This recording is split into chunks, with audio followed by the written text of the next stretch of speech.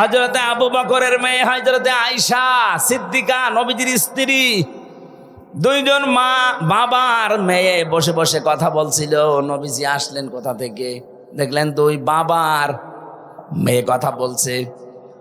দুইজন যখন আলাদা হয়ে গেল, ডাক দিয়ে বললেন, আয়েশা, তোমরা যখন দুইজনে পারিবারিক জিনিস নিয়ে কথা বলছিলে, হঠাৎ দেখলাম শয়তান তোমাদের দুইজনের মাঝখানে কুমন্ত্রণা দেওয়ার জন্য বসে আছে। আপনি চিন্তা করতে পারেন, জান্নাতের একজন সাহাবী হযরতে আবু বকর, তার মেয়ে নবীজির স্ত্রী, আল্লাহ যার চরিত্রের গ্যারান্টি দিয়ে কোরআনে কারিমে সূরা নূরের ভেতরে আয়াত নাজিল করেছেন, তাও একটা দুইটা না। এইরকম মানের একজন মহিলা তার বাবার কাছে বসে আছে। বাবা আমাদের মতো বাবা না, জান্নাতি বাবা। জান্নাতের প্রতিটি দরজা আবু বকরকে ডাকবে। এইরকম মানুষ, তার সাথে মেয়ে বসে গল্প করলে যদি শয়তান আসে মাঝখানে ধোঁকা দেওয়ার জন্যে। আমরা শালি দোলা ভাই এক জায়গায় সাংসারিক কথা বলি, কোনো শয়তান নেই। অবশ্য ঠিক, ও তো নিজেই শয়তান, শয়তান আর আশা লাগবে?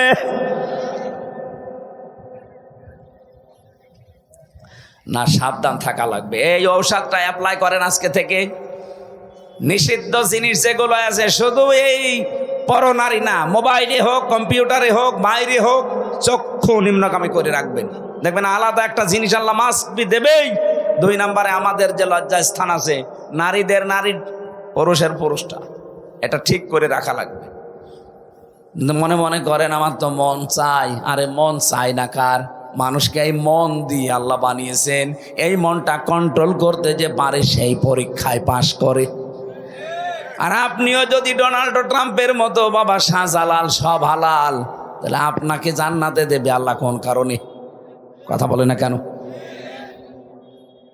একজন খ্রিস্টান গোমেজ, মিস্টার গোমেজের জীবনী পড়ছিলাম, উনি আফসোস করে লিখেছে, হ্যাঁ মুসলমানেরা, তোমাদের কোরআন কি দুনিয়ায় একটা?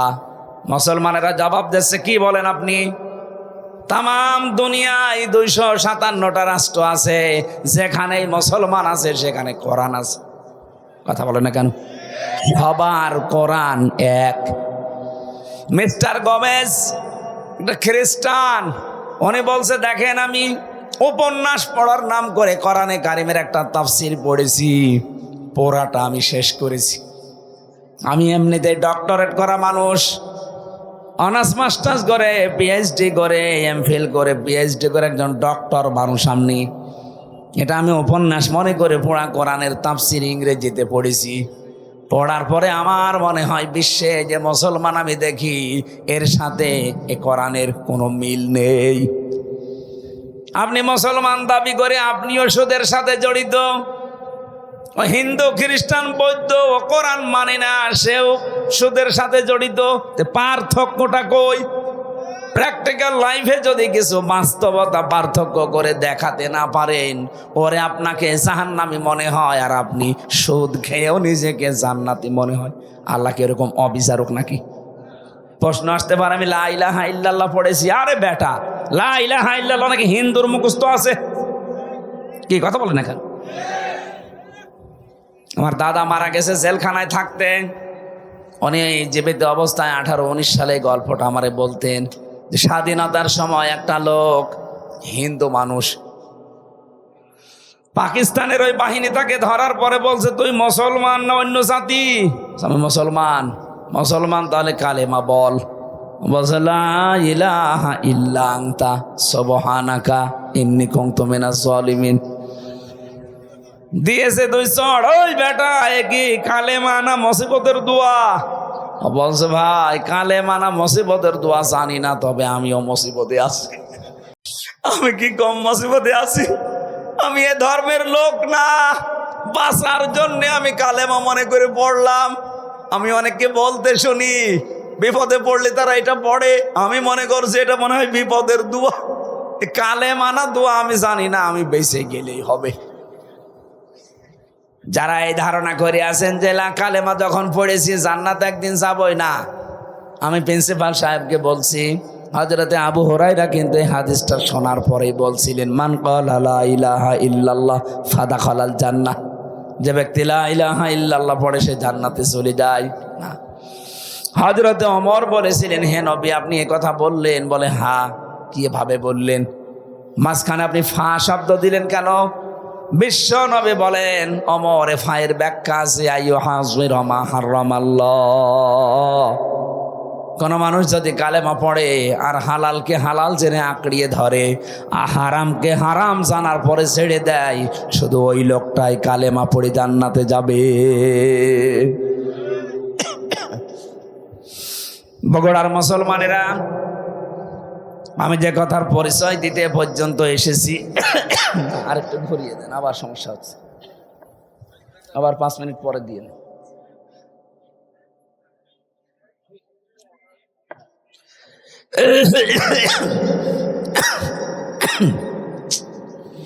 না, এভাবে হবে না।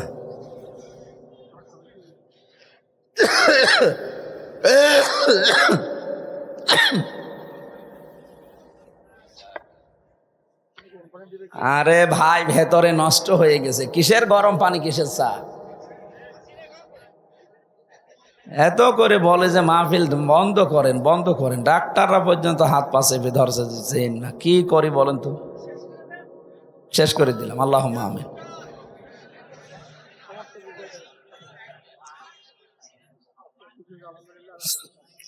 সম্মানিত ভাইরা, আমি শয়তানের পরিচয় দিতে পর্যন্ত এসেছিলাম। শয়তান সব সময় যৌনতা ছড়াতে ভালোবাসে। যৌনতা যারা ছড়ায় বেশি, অপচয় যারা করে বেশি, এই মানুষগুলো পোকারান্তে শয়তান। কথা বলেন না কেন? আল্লাহ এদের থেকে যেন আমাদের হেফাজত করে, বলেন আমিন। বিশ্বনবী মুহাম্মদুর রাসূলুল্লাহ একটা মাত্র আওয়াজ তিনি দেবেন ওই উম্মতের জন্যে, যে উম্মত হওয়ার জন্যে তারা চেষ্টা চালিয়েছে।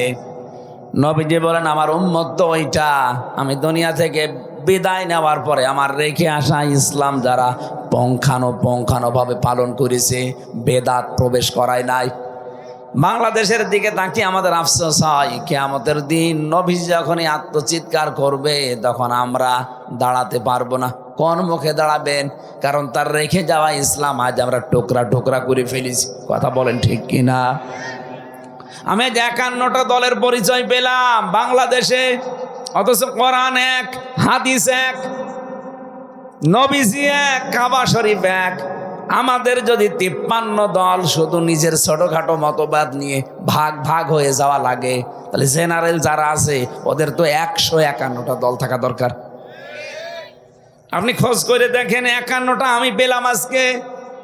অবশ্যই দুনিয়ার কোনো স্বার্থ সিদ্ধির জন্য, নাম কামানোর জন্য আপনি এই দলটা বানিয়েছেন, না তো কোন কারণে বানালেন বলেন? আহলে হাদিসের ভেতরে 17টা দল। ইসলামপন্থী যারা, খেলাফত আন্দোলন, খেলাফত মজলিস মিলে প্রায় 7টা দল। সুন্নিয়াতের দাবি যারা করে, যারা বলে আমরা আশিকে রাসূল, এদের 27টা দল। আপনি মিলান, বাংলাদেশে যে যেই দলে আছে, মতে আছে, যে যেইটা মানে, এক জায়গায় সব এক। একামতে দিনের বেলায় যে দিনে বাংলাদেশে দিন কায়েম করা লাগবে, এই জায়গায় যারা এক, তারা হচ্ছে জামাতে ইসলামী। এই দলের ভেতরে আমি কোনো পার্থক্যটা পাইনি। এদের তো লক্ষ লক্ষ কোটি কোটি ভক্ত এই দেশে, অনুসারী আছে, কিন্তু দল হিসাবে সব এক। কথা বলেন না কেন? বাকি যা আছে দেখবেন শুধু সভাপতি, সেক্রেটারি, একটা দল খুলে বসে আছে। সারা দেশে কেউ নেই, শুধু সভাপতি আর সেক্রেটারি। ঢাকায় কেন্দ্রীয় অফিসও নেই, বাড়ির ভেতরে ছাদের উপর একটা সিলিকুটি মানিয়ে বসে, এটা কেন্দ্রীয় অফিস। এই ভণ্ডামিগুলো যদি এখনো পর্যন্ত বাদ দিতে না পারেন, এখনো যদি দলাদলি করেন, দেখেন 50 বছরের ভেতরে জালেমরা আবার এদের চাষ করবে। আশা করছি আমার ইঙ্গিত আপনি বুঝেছেন। এটা রেকর্ড হচ্ছে, সারা দেশে যাবে। যাদের মাথার ভেতরে এটা ঢুকবে তারা যেন চিন্তা করেন আমার এই ছোট্ট কথাটা। শেষে কিন্তু সুযোগ হারিয়ে গেলে আর দোয়া করেও ফেরত আসবে না। সূরা নূন, মুমিনুন, এখান থেকে আমরা 2টা আয়াত পড়েছি। আজকের আলোচনাটা আমরা মানব জীবনকে কেন্দ্রীয় করে সাজিয়েছি। আল্লাহ পাক আমাদের একটা দুর্বল জায়গায় আঘাত দিয়ে স্মরণ করাচ্ছেন, ওয়ালাকাদ খলাকনাল ইনসানা মিন সুলালাতিম মিন তিন। অবশ্যই আমি আল্লাহ মানুষকে মাটির নির্যাস দিয়ে বানিয়েছি। আল্লাহ আমাদেরকে মাটি দিয়ে বানিয়েছে, মাটির নির্যাস দিয়ে বানিয়েছে। এ কথা বললেন কেন? আমরা অনেকেই আল্লাহকে ভুলে গেছি। এই দুর্বল জায়গাটায় আল্লাহ আঘাত দিয়ে আমরা যেন ফিরে আসি, প্রথম নম্বর কারণই এইটা। বাস্তবতা দেখি আমরা তো ফিরে আসি না, আমাদের বিদ্যা আরো বেড়ে যায়। আল্লাহ রাব্বুল আলামিন বলেন, হাল আতা আলাল ইনসানি হিনুম মিনাদ দাহারি লাম ইয়াকুন শাইআম মাযকুরা। ও মানুষ, তোমার জীবনে কি এমন সময় অতিবাহিত হয়নি যে সময় তুমি উল্লেখ করার মতো কিছু ছিলে না? তাফসীরে ফি জিলালিল কোরআন থেকে কয়েকটা তথ্য পেয়েছি, একটু মিলাবেন। মানুষের এই জায়গায় আল্লাহ কেন আঘাত দিলেন? আমরা যে মাটির তৈরি, তার তিনটা কারণ। এক নম্বরে আমাদের যিনি আদি পিতা হযরতে আদম এবং হাওয়া, এই দুইজনেই কিসের তৈরি? মাটির। বলেন বলেন। সন্তান যদি মাটির হয়, বাবা যদি মাটির হয়, সন্তানও মাটির হবে। বাবা যদি আগুনের হয়, সন্তানও আগুনের হবে। কথা বলেন ঠিক কিনা? দুই নম্বরে সব খাদ্য দুনিয়ায় মাটি থেকে উৎপন্ন হয়। এই জন্যে এখান থেকে শিক্ষা যে আমরা মাটির তৈরি। পৃথিবীর এমন কোনো খাবার নেই যার মূল মাটি না, মাটি থেকে সব। তিন নম্বরে মাটি থেকে খাবারের পরে খাবার তৈরি হয়, তৈরি হওয়ার পরে এটা দিয়ে বীর্য তৈরি হয়। বীর্য বাবার স্ফলিঙ্গ দিয়ে মায়ের রেহেমের ভেতরে প্রবেশ করে। মূল জিনিস কিন্তু মাটি। মূল কি? বিজ্ঞান প্রমাণ করছে এই মাটি দিয়ে মানুষকে আল্লাহ বানিয়েছে। এই মাটির ভেতরে কমপক্ষে 10টা উপাদান পাওয়া যাচ্ছে। মানুষের এই পুরা বডি আল্লাহ পাক বানিয়ে দেখা গেছে 13টা জিনিস পাওয়া যায় মানুষের ভেতরে। এক মাটির ভেতরে আছে 10টা। কয়টা? আমি মাটির ভেতর থেকে মৃত্তিকা গবেষণাগার আছে গাজীপুরে, এই তথ্যটা ওখান থেকে পেয়েছি। 10টা জিনিস তারা মাটি থেকে বের করেছে। মাটির ভেতরে অক্সিজেন আছে, সিলিকন আছে, অ্যালুমিনিয়াম আছে, আয়রন আছে, ক্যালসিয়াম আছে, পটাশিয়াম আছে, সোডিয়াম আছে, ম্যাগনেসিয়াম আছে, নাইট্রোজেন আছে, হাইড্রোজেন আছে। কয়টা? বলেন বলেন। এ 10টা জিনিস শুধু মাটির ভেতরে। আল্লাহ রাব্বুল আলামিন বলেন, ইয়াখরুজু মিন বাইনিস সুলবি ওয়াত তারাইব। বাবার স্ফলিঙ্গ দিয়ে যেটা বের হয়ে মায়ের রেহেমে জমা হয়েছে, এখানে সলবন 1 বচন, তারাইব বহু বচন। সলবন আল্লাহ 1 বচন দিলেন কেন? তারাইব বহু বচন দিলেন কেন? সলবন বলা হয় বাবার লজ্জাস্থানকে, তারাইব বলা হয় মায়ের লজ্জাস্থানকে। মায়ের বেলায় আল্লাহ বহু বচন, বাবার বেলায় 1 বচন। কেন?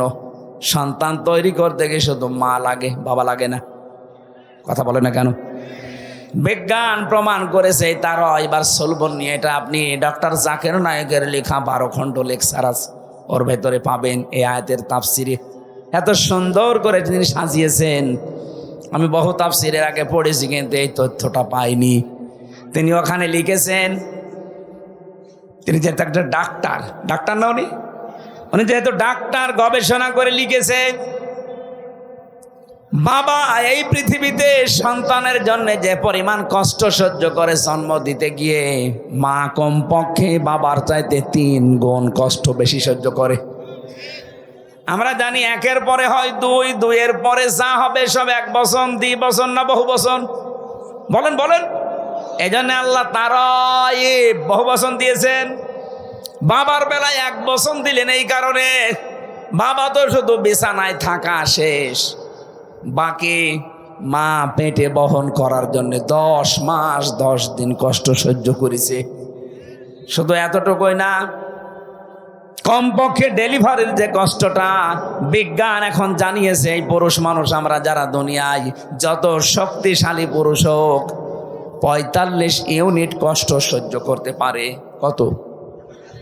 45 ইউনিটের বেশি কষ্ট একজনকে দিলে সে হয় হার্ট অ্যাটাক করবে, না মারা যাবে।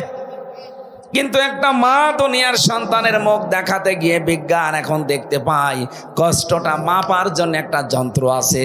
মায়ের কষ্ট কমপক্ষে হয় 57 ইউনিট। 45 ডিগ্রি দিলে যেখানে আমরা মারা যাব, সেখানে মা আমার মুখ দেখতে 57 ইউনিট কষ্ট সহ্য করে কয়েক বালতি রক্ত শরীর থেকে ঝরিয়ে মা আমার কাঁটা ছটফট মুরগির মতো করে, তারপরও আমরা মুখ দেখতে চাই। নবীজি জানিয়েছেন এত কষ্ট দুঃখের পরে এই বাচ্চাটা যখনই মায়ের সামনে তুলে ধরা হয়, বাচ্চার মুখ একবার দেখার সঙ্গে সঙ্গে পেছনে যত কষ্ট ছিল সব আল্লাহ ভুলিয়ে দেয়।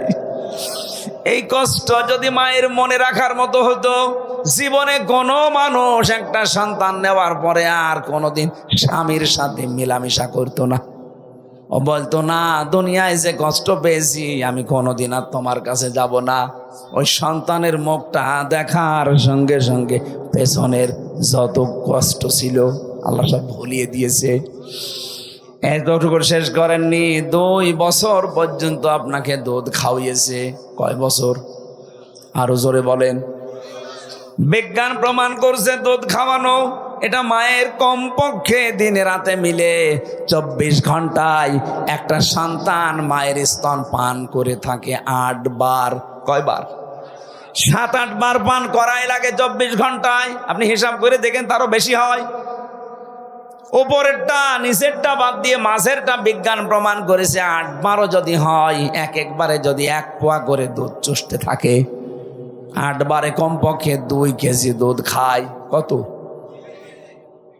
2 কেজি করে দুধ আমি আপনি সবাই খেয়েছি মায়ের স্তন থেকে। 1 দিন 2 দিন না, 2 বছর। কত? বলেন বলেন।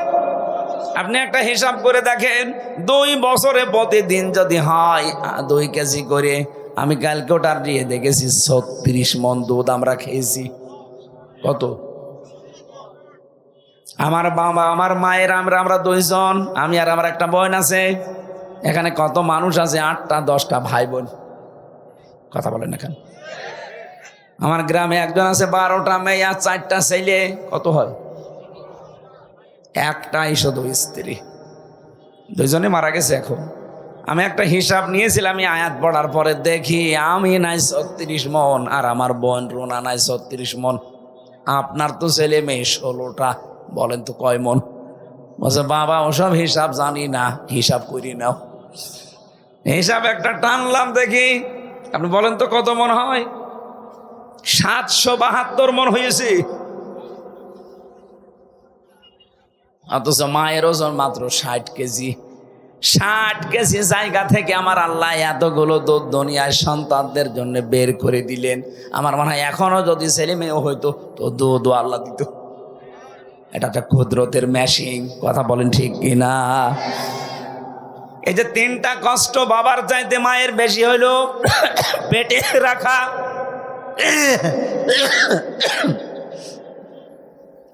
শুধু পেটে রাখা না, ডেলিভারির কষ্ট সহ্য করা, আর দুনিয়ার মুখ দেখানোর পরে 2 বছর দুধ খাওয়ানো। নবীজি জানিয়েছেন পৃথিবীর মানুষেরা, তোমাদের কাছে বাবার তুলনায় মায়ের গুণ আমি 3 গুণ বৃদ্ধি করে দিয়েছি এই তারঈবের জন্যে। জোরে বলেন সুবহানাল্লাহ। মানুষ যখন এই বীর্যটা মায়ের রেহেমের ভেতরে যেতে থাকে, বিজ্ঞান এখন দেখতে পাচ্ছে কমপক্ষে 1 ফোঁটা বীর্য দিয়ে 40,000 আদম বানানো যায়। কত হাজার? বলেন বলেন। এই 40,000ই একবারে মায়ের পেট থেকে আসতে পারতো, কিন্তু মায়ের পেটে জায়গা নেই। বাবার এই স্ফলিঙ্গ দিয়ে যখন বের হয়ে যায়, এখান থেকে মায়ের ওই জরায়ু পর্যন্ত যে নাপাক পানির থলিটা আছে, রেহেম বলা হয়, এখানে যেতে যেতে দেওয়ালের সাথে ধাক্কা লাগে, কেউ পড়ে যায়, কেউ মরে যায়। আমার তো জীবনের প্রতিযোগিতা শুরু হয়েছে সেই জন্ম থেকে, অথচ আজ আমরা প্রতিযোগিতায় হেরে যাই। কত স্ট্রাগল করে, কত কষ্ট স্বীকার করে, প্রতিযোগিতা করে ওই জায়গায় গেছি আমি। তারপরে হামজা আমি দুনিয়ায় আসলাম। আমার কত ভাই বোন ছিল, তারা পড়ে মরে গেছে। কথা বলেন না কেন? তাহলে আমাকে সিদ্ধান্ত নেওয়া লাগবে আমার মঞ্জিলে মকসুদ পর্যন্ত, আসল যেটা আমার জায়গা এখানে নাই। দুনিয়া আসার জন্য মায়ের রেহেম, আর আমার জান্নাতে যাওয়ার জন্য আমার জীবনের শেষ দিন এ পর্যন্ত আমাকে লড়াই করে যেতেই হবে। ওয়াবুদ রাব্বাকা হাত্তা ইয়াতিয়াকাল ইয়াকিন। হামজা, ইবাদত বন্দেগী করো ওই পর্যন্ত, যতদিন পর্যন্ত তোমার মরণ না আসে। তার মানে আমার মরণ আসা পর্যন্ত আমার এই সব সময় স্ট্রাগল করে যাওয়া লাগবে, কষ্ট স্বীকার করা লাগবে, প্রতিযোগিতা করা লাগবে। লাকাদ খালাকনাল ইনসানা ফি কাবাদ। আমি মানুষকে বানিয়েছি এই কষ্টের পরে কষ্ট সহ্য করে। এ মানুষ যখন কষ্ট সহ্য করবে 40 দিন পরে পরে আমার আল্লাহ এটা পাল্টাতে থাকবে।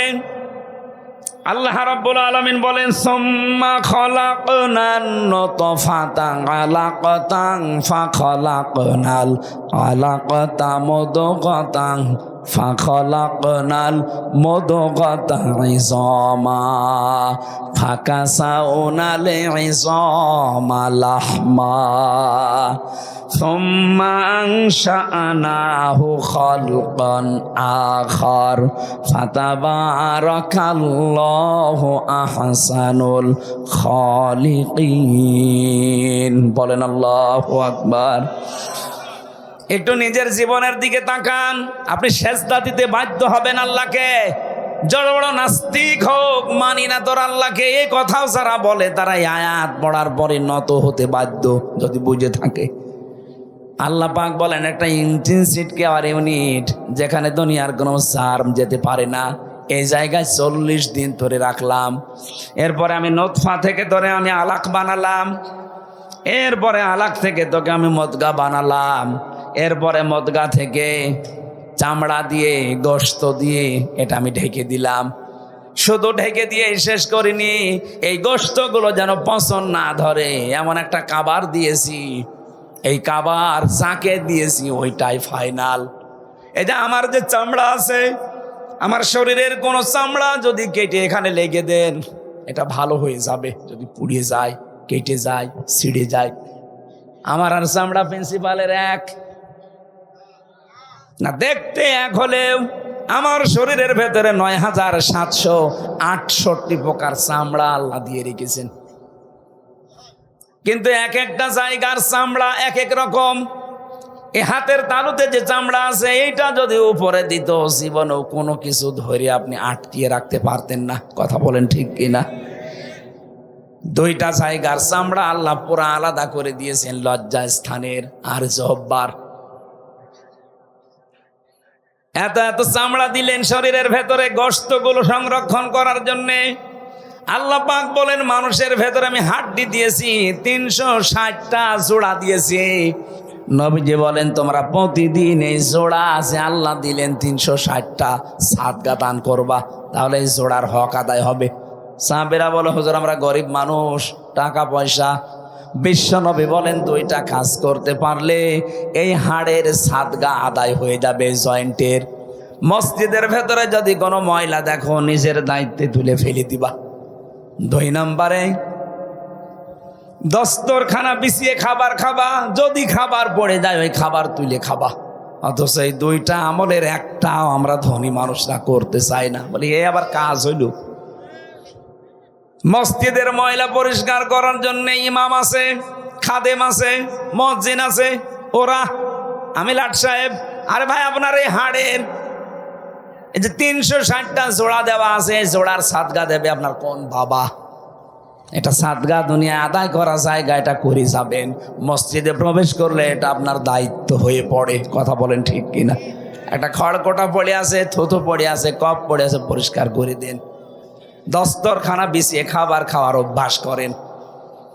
আল্লাহ রাব্বুল আলামিন বলেন প্রত্যেক জায়গায় যে জোড়া দিয়েছি সব জোড়া আবার এক না, প্রত্যেকটা হাড় আলাদা আলাদা মাপ। এক এক জায়গার হাড় এক এক রকম। হাড়ের ভেতরে আবার গিরো দিয়েছি। যদি হাড় সোজাসুজি করে দিতাম জীবনও কিছু ধরতে পারতে না। এই যে গিরোগুলো দিয়েছি প্রত্যেকটা আঙ্গুলে, জয়েন্টে, এগুলো আবার নাট সিস্টেম করে দেয়নি যে খুলে রেখে দেবা, তাহলে চুরি হয়ে যেত।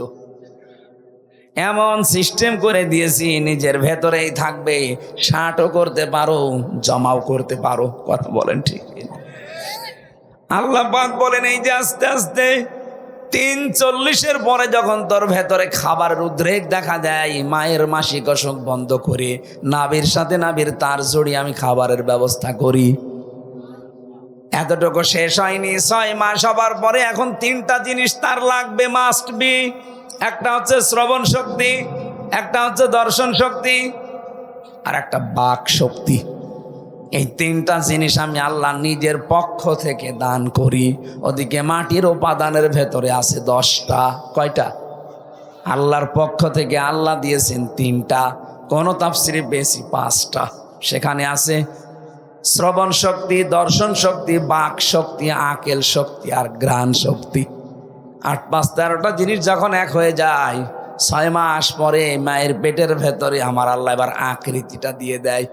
ওরা বডি বানিয়েছে ফেরেশতারা, আর আকার, এই আকৃতি এইটুকু বানিয়েছে আল্লাহ নিজের কুদরতি হাতে। এটা বানানোর পরে আল্লাহ বলেন আমার সিদ্ধান্ত মতো এটা ছেলে হবে না মেয়ে হবে।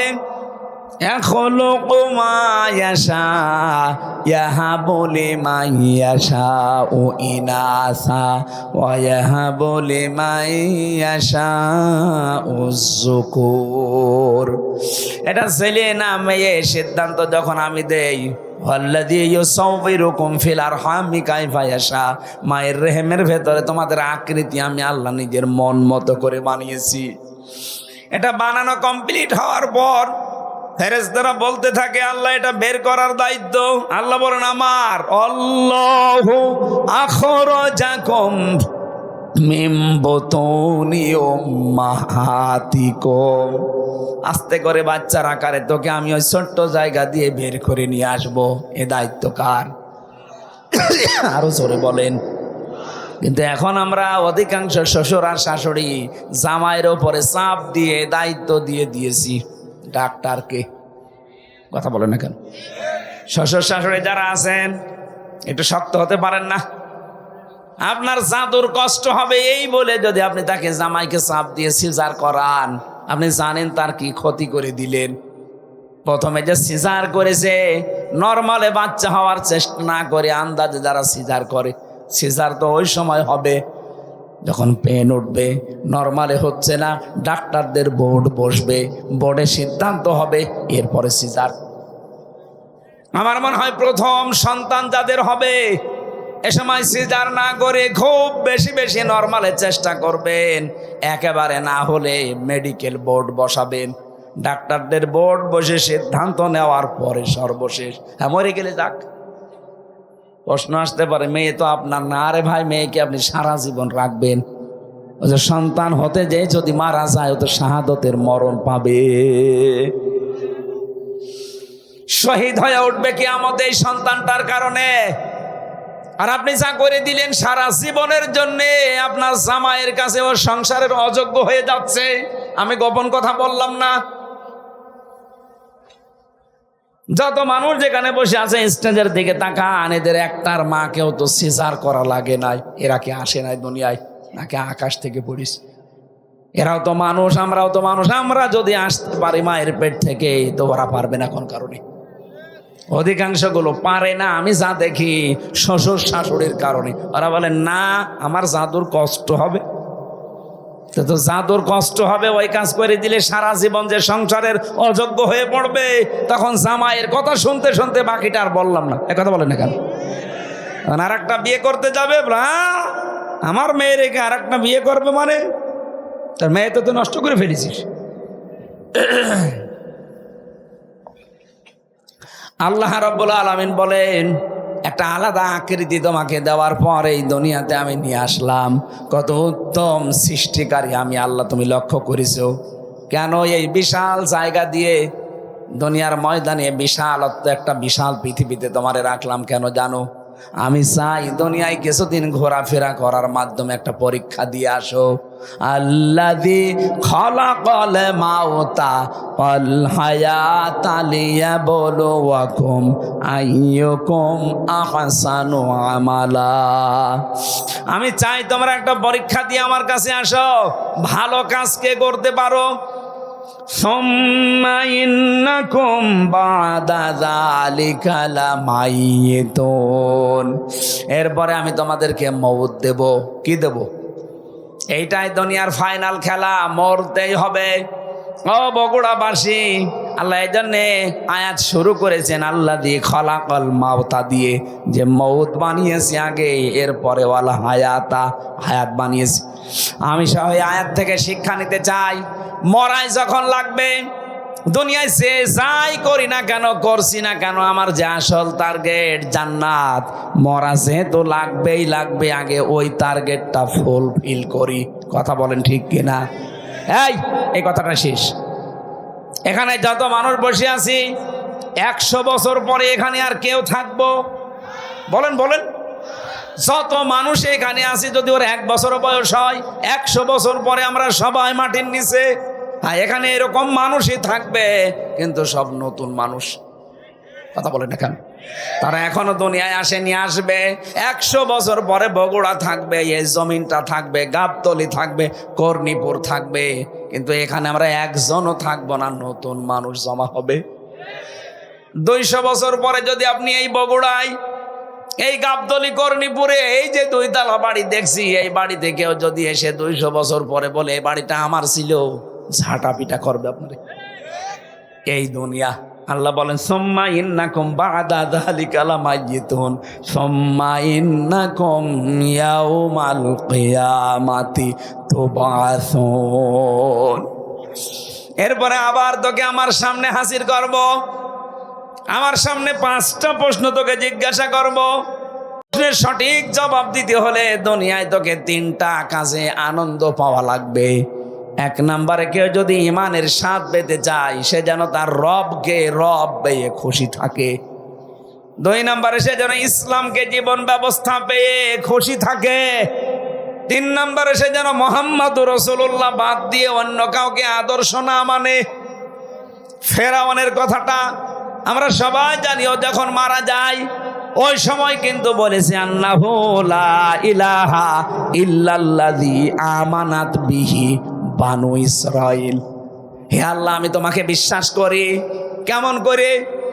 বনি ইসরাইলরা যেভাবে তোমারে বিশ্বাস করে, ঈমান আনে, আমি ওই রকম বিশ্বাস করি। ওয়ানা মিনাল মুসলিমিন, আমি তো মুসলমান। এরপরও তোমার ফেরেশতারা আমারে পানিতে চোবাই, আবার উপরে তোলে। আল্লাহ বলেছিলেন আল আন, এখন। আমি আয়াতের তাফসিরে 2টা শিক্ষা পেয়েছি, খুব খেয়াল করবেন। ফেরাউন কেন পোলা কালেমা পড়তে পারল না? ও কিন্তু আল্লাহর একাত্মবাদের ঘোষণা দিয়েছিল। কি কথা বলেন না কেন? ও বলে নাই লা ইলাহা ইল্লা আনতা, এ পর্যন্ত বলেছিল যে আমি ঈমান আনলাম। আমানাত বিহি বানু ইসরাইল, বনি ইসরাইলরা যার উপরে ঈমান এনেছে, বিশ্বাস করেছে তার উপরে।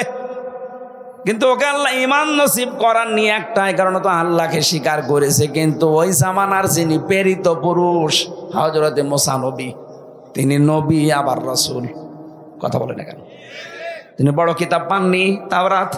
এই জন্য তিনি একদিকে নবী, আর একদিকে ফেরাউন আল্লাহর একাত্মবাদের ঘোষণা দিয়েছে, কিন্তু রেসালাতের ঘোষণা দেয়নি। ও যদি বলতে মূসা কালিমুল্লাহ, আল্লাহরে মাফ করে দিত।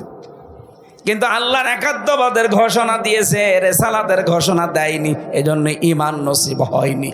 আজ বাংলাদেশে এই বগুড়াতে বহু মানুষ এখানেও বসে আছে, বলে আমি আল্লাহকে মানি। কি করে? নামাজ পড়ি, রোজা রাখি, দান করি, জিকির করি। এই বলেন তো, নামাজ পড়া, জিকির করা, দান করা, হজ করা, রোজা রাখা, এই হুকুমগুলো কার? আরো জোরে বলেন, বলেন। আপনি তো ফেরাউনের মতো আল্লাহকে মেনে নিলেন, কিন্তু এই জামানার প্রেরিত পুরুষ যিনি মুহাম্মদ রাসূলুল্লাহ, কথা বলেন না কেন? উনি এই জামানার জন্য প্রেরিত পুরুষ না। শুধু এই জামানা না, কিয়ামত পর্যন্ত অথচ বহু মানুষ আমরা দেখি আল্লাহর হুকুম মানে আল্লাহর স্বীকৃতি দেয়, কিন্তু জামানায় যিনি প্রেরিত পুরুষ তার কথা মানতে চায় না। তিনি যে 10 বছর রাষ্ট্রপতি ছিলেন সেটা বললেই বলে রাজনীতি। আমার মনে হয় যারা ফেরাউনের মতোই আচরণ করছেন, আল্লাহর হুকুম মানেন কিন্তু প্রেরিত পুরুষ রাসূলুল্লাহ তার রেসালাত আপনি মানেন না, বিশ্বাসও করেন না, আপনার মরণ হবে ফেরাউনের মতো। আমার মনে হয় যার বোঝা সে বুঝেছে। এরপরেও যদি কেউ না বোঝার ভান করে থাকেন, আমার আর কিছু করার নেই। আল্লাহ আমাদেরকে বোঝার তৌফিক দিন। মানব সৃষ্টির রহস্য এ সম্পর্কে আজকের আলোচনাটা আমি বই আকারে পেশ করছি। আমার গাড়িতে এই বই আছে, পুরাটা সাজানো আছে, ওটা নিয়ে লিখে শিক্ষিত মানুষরা নিয়ে যাবেন। ফ্যান সরিয়ে দেন। আল্লাহুম্মা আমিন। লা ইলাহা ইল্লা আনতা সুবহানাকা ইন্নী কুনতু মিনাজ জালিমিন। রব্বুল আলামিন, গভীর রজনীতে তোমার শাহী দরবারে হাত তুলেছি, যতটুকুই শুনেছি আমাদের জীবন সম্পর্কে আল্লাহ তোমাকে সিজদায় অবনত হওয়ার তৌফিক দাও। আজকের আলোচনার সওয়াবগুলো নবীজির রওজায় পৌঁছিয়ে দাও। আমি অসুস্থ, কথা বললেই বুকে ব্যথা করছে, কাশি চলে আসতেছে। আল্লাহ তাআলা ডাক্তাররা রেস্টে থাকতে বলে, তোমার বান্দা বান্দিদের আকতি মিনতির কারণে আমারে আশা লাগে। তুমি যখন মুক্ত জীবনে আমারে ফিরিয়ে দিয়েছো, মেহেরবানি করে আমাকে তুমি কণ্ঠটা ভিক্ষা দাও, আমার শরীরটা তুমি আগের অবস্থায় ফিরিয়ে দাও। মাহফিলের সভাপতি, প্রধান অতিথি, বিশেষ অতিথি যারা আছে, এ মাহফিলটা যারা সাজিয়েছে, যে যুবকরা চেষ্টা চালিয়েছে, মা বোনেরা পর্দার আড়ালে বসে আছে, সবাইকে তুমি কোরআনের জন্য কবুল করে নাও। অসুস্থ শরীরের কারণে আজকে আমি শেষ করে দিলাম। আগামীতে বগুড়ায় যেখানে অনুষ্ঠান আছে আমার শরীর সুস্থ করে সেখানে নিয়ে যেও আল্লাহ। এলাকায় মাটির নিচে যারা কবরে আছে আল্লাহ কবরগুলো জান্নাত বানিয়ে দাও। আগামীতে কোরআনের এই অনুষ্ঠানটা বিশাল আকারে মঞ্জুর করে নাও। কখন কার কাছে মরণ আসে জানি না, আজরাইল আসলেই যেন বলতে পারি লা ইলাহা ইল্লাল্লাহু মুহাম্মাদুর রাসূলুল্লাহ।